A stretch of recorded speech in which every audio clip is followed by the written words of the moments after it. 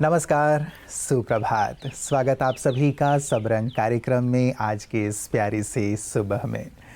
मित्रों, यूं तो सबरंग में हम अनेक गुणों की चर्चा करते हैं जो हमारे जीवन को रंगों से भरने वाले हैं।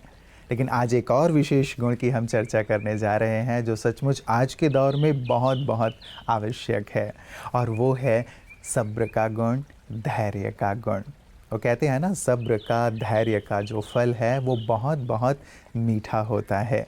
यदि आप किसी कार्य को कर रहे हैं, वो कार्य संपादित नहीं हो रहा है, सफल नहीं हो रहा है, तो थोड़ा सा धीरज रखिए, ज़रूर वो सफल होगा और आपको उसका सुंदर फल मिलेगा।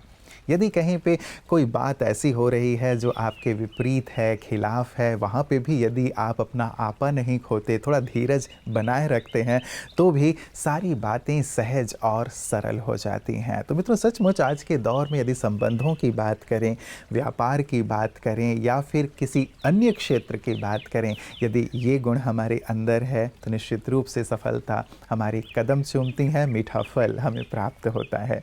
वो कहते हैं कि जापान में एक बम्बू का पेड़ होता है, उसकी एक वैरायटी होती है।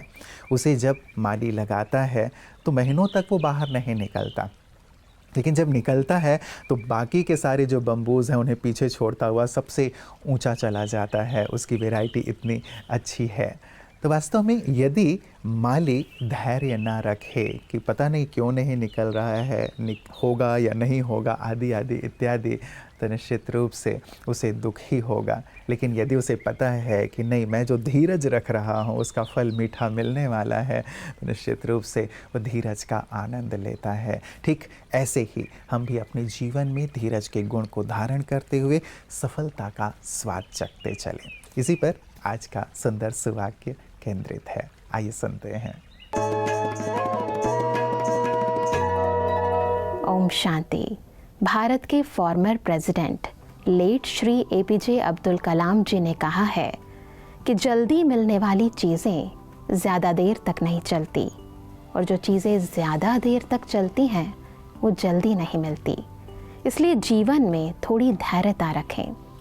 वास्तव में पेशेंस ज़िंदगी की राह पर उस रेड लाइट की तरह है जो जीवन में आने वाली अनेक दुर्घटनाओं से हमें बचाती है।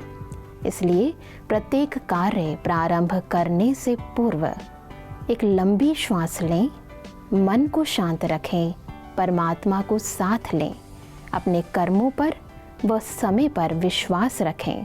फिर देखें, ये थोड़ा सा पेशेंस आपको जीवन में ऊंचाइयों तक ले जाएगा। ओम शांति। मित्रों, कहते हैं कि धैर्य का एक पल हमें दुख के हजारों पलों से बचा लेता है। सचमुच कितनी सुंदर सी बात किसी ने ये कही है। एक पल का धैर्य दुख के हजारों पलों से हमें मुक्त कर लेता है, बचा लेता है। क्योंकि कई बार अधैर्यतावश हम कुछ ऐसे कदम उठा लेते हैं जो हमें अनेक प्रकार के दुखों को झेलने के लिए बाध्य कर देता है। आप अपने आसपास ऐसे कई घटनाओं को देख सकते हैं। क्रोध आया, फट से कुल्हाड़ी उठाई और सामने वाले को मार दिया और जीवन नारकीय हो गया।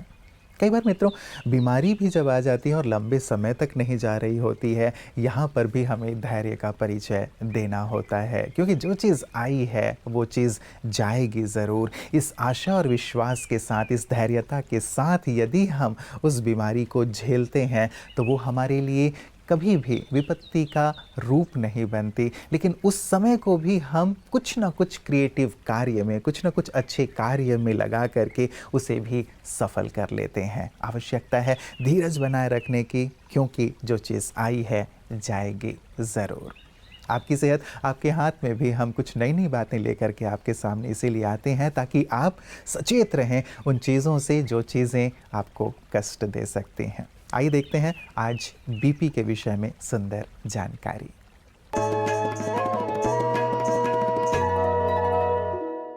ओम शांति। दोस्तों, ब्लड प्रेशर एक साइलेंट किलर है और एक नॉन कम्युनिकेबल डिजीज है। स्ट्रेस रिलेटेड इलनेस है या साइकोसोमेटिक इलनेस है, इसको नॉन कम्युनिकेबल डिजीज भी कह सकते हैं। और क्योंकि ब्लड प्रेशर से खाली हमारा नुकसान इसका नहीं होता है कि हमारी बॉडी सिस्टम का, इसमें सारी बॉडी के हर सेल पे असर पड़ता है, हमारे ब्रेन की सेल्स पे असर पड़ता है। और ब्रेन में स्ट्रोक होने के चांसेस, क्लॉट बनने के या हेमरेज होने के चांसेस बहुत ज़्यादा बढ़ते हैं। आँखों में, रेटिना में हेमरेज होने के चांसेस अधिक बढ़ जाते हैं। हमारी किडनी खराब होने के चांसेस बहुत ज़्यादा बढ़ जाते हैं। हमारे हार्ट की बीमारी होने का खतरा बहुत बढ़ जाता है। तो इसमें सॉल्ट का भी बड़ा भारी रोल है। भारत में क्या है, सॉल्ट यूजुअली लोग 15 ग्राम लगभग एक दिन में खाते हैं। दूसरा, सैर आप रेगुलर करना शुरू कर दें। सैर अगर रेगुलर करना शुरू करें तो भी आपका ब्लड प्रेशर कम होता है। और तीसरी जो बात है, मेडिटेशन करना बहुत बहुत आवश्यक है दोस्तों।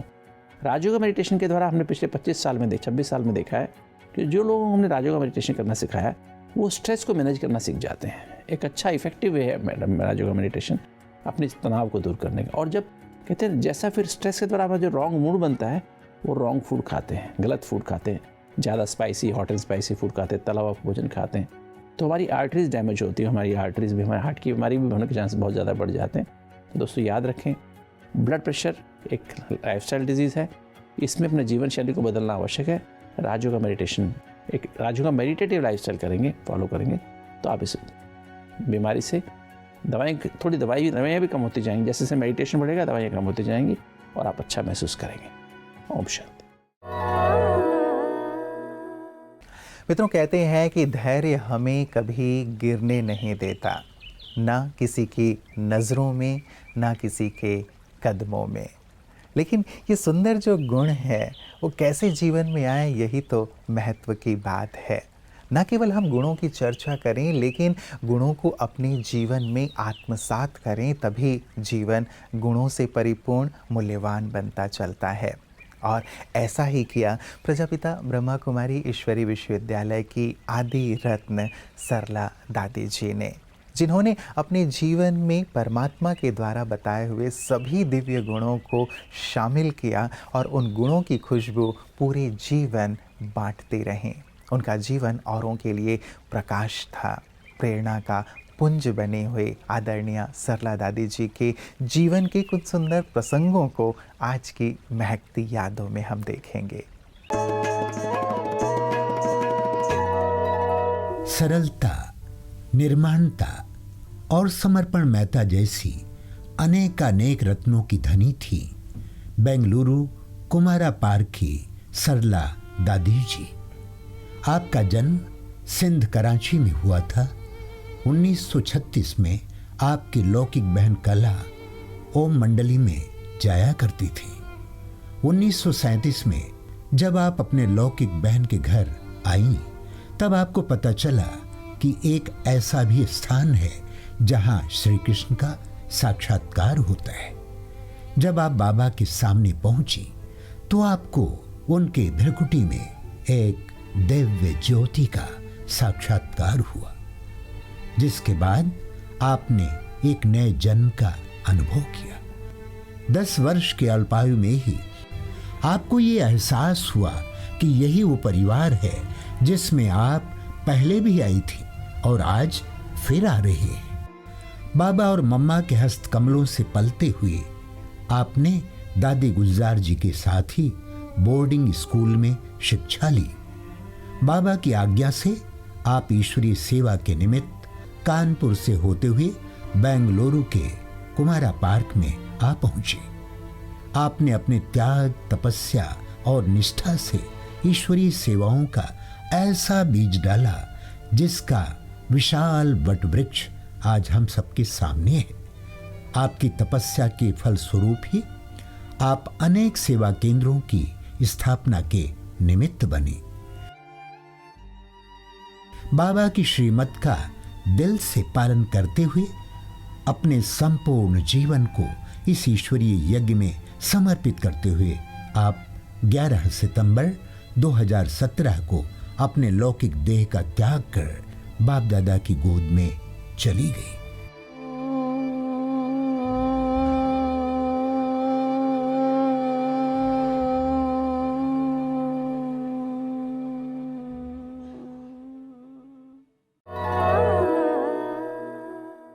प्रेरक मूल्यवान जीवन, सचमुच जब ऐसे आदर्श विभूतियों के जीवन को देखते हैं तो हमें भी बहुत प्रेरणा मिलती है कि हम भी अपने जीवन को ऐसे ही श्रेष्ठता के पथ पर ले चलें। और कई बार लोग ये जो कहते हैं कि कलयुग है, कलयुग में मूल्यों की बात केवल किताबों में ही अच्छी लगती है या फिर सुनने सुनाने में ही अच्छी लगती हैं, जीवन में इसे अपनाकर नहीं रहा जा सकता, नहीं जिया जा सकता। लोग जीने नहीं देंगे क्योंकि चारों तरफ लोग अनीति और अन्याय की ही बात करते हैं और वही करते हैं, तो हमें भी वही करना पड़ता है। लेकिन जब कभी ऐसे आदर्श जो व्यक्तित्व हैं उनके जीवन को देखते हैं तो हमें भी एक प्रेरणा मिलती है, एक प्रकाश मिलता है, एक संबल मिलता है कि नहीं, कलयुग में भी ऐसा जीवन जिया जा सकता है और कलयुग को सतयुग में परिवर्तित करने की सुंदर जो एक विधि है वो दूसरों को सिखाई जा सकती है।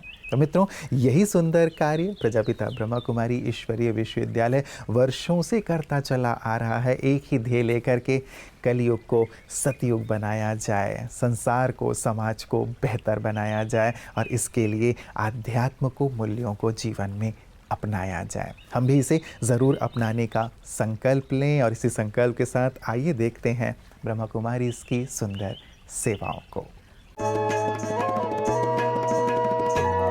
प्रजापिता ब्रह्मा कुमारी ईश्वरीय विश्वविद्यालय बालोतरा सेवा केंद्र की ओर से आयोजित मेरा बालोतरा व्यसन मुक्त बालोतरा अभियान के तहत 35 स्कूलों में नशा मुक्ति कार्यक्रमों का आयोजन किया गया। पचपदरा लेबर कॉलोनी में श्रमिकों को नशे के दुष्परिणाम के बारे में बताया गया कि एक सिगरेट पीने से 11 मिनट आयु कम हो जाती है।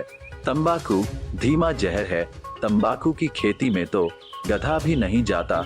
भारत में प्रतिदिन तंबाकू के सेवन से लगभग 3500 लोग अकाल मृत्यु का शिकार होते हैं। प्रतिदिन लगभग 5500 युवा धूम्रपान करना शुरू करते हैं और मुंह के कैंसर के रोगियों की संख्या भी भारत में सर्वाधिक है। 90% मुंह का कैंसर तंबाकू से होता है। धूम्रपान करने वालों के संपर्क में आने अर्थात पैसिव स्मोकिंग से प्रतिवर्ष 12 लाख लोगों की मृत्यु होती है। वीर तेजाजी हॉस्टल, मदर इंडिया उच्च माध्यमिक विद्यालय, भगवती बाल विद्या मंदिर, श्री आदर्श विद्या मंदिर, इंग्लिश मीडियम सेकेंडरी स्कूल आदि 35 स्कूलों में कार्यक्रम आयोजित किए गए। सभी कार्यक्रमों में राजयोग का अभ्यास कराया गया, साथ ही नशामुक्त रहने की प्रतिज्ञा भी कराई गई। मित्रों, एक बंदर रोज ही आम के बगीचे में जाया करता था, वहाँ से आम खाया करता था। एक दिन वो जो माली था वहाँ का, उसे बड़ी नाराज़गी थी, देखता था कि रोज़ रोज़ बंदर आता है, कितने आम खाता कम है और गिराता ज़्यादा है, नुकसान ज़्यादा कर देता है। उसने उस बंदर को एक बार बहुत डंडे से पीटा। तो बंदर को भी नाराज़गी हुई। उसने सोचा कि अरे, इसने मुझे इतना मारा, ये आम का बगीचा लगाना क्या बड़ी बात है, मैं भी आम का बगीचा लगाऊंगा। और उसने आम की गुठलियाँ उठाई और एक स्थान पर जाकर के थोड़े थोड़े गड्ढे खोदे और गुठलियाँ दबा दी। देखा 2 दिन, 3 दिन, 4 दिन, 5 दिन उसमें से कुछ निकल ही नहीं रहा था। उसने उसे खोदा, निकाल के देखा और फिर से दबा दिया। फिर से 2 दिन के बाद खोला, फिर से दबा दिया। फिर 2 दिन के बाद खोला, फिर दबा दिया। क्या आपको लगता है कि वो आम की गुठली पुष्पित पल्लवित हो पाई होगी? क्या वो अंकुरित हो पाया होगा? क्या वो वृक्ष का रूप ले पाया होगा? कतई नहीं। यदि हम धीरज नहीं रखते जीवन में, हर एक चीज़ का एक वक्त होता है। हमने कार्य किया, कर्म किया, उसके पश्चात उसे ईश्वर पर अर्पित करके फल की चिंता से निश्चिंत हो जाएं, उसका सुमधुर फल हमें अवश्य मिलता है। कर्म हमारे हाथ में है, पुरुषार्थ हमारे हाथ में, हम अपना बेस्ट करें और जो रेस्ट है उसे परमात्मा पर सौंप दें। ये धीरज का गुण धारण कर लेते हैं तो सचमुच जीवन आनंद से, खुशहाली से परिपूर्ण हो जाता है। तो मित्रों, आज इस धीरज के गुण पर बहुत गहराई से चिंतन कीजिएगा, विचार कीजिएगा और अपने जीवन में आत्मसात करते हुए मीठे फल की ओर बढ़िएगा। यही हमारी मंगल कामना है। नमस्कार। ओम शांति।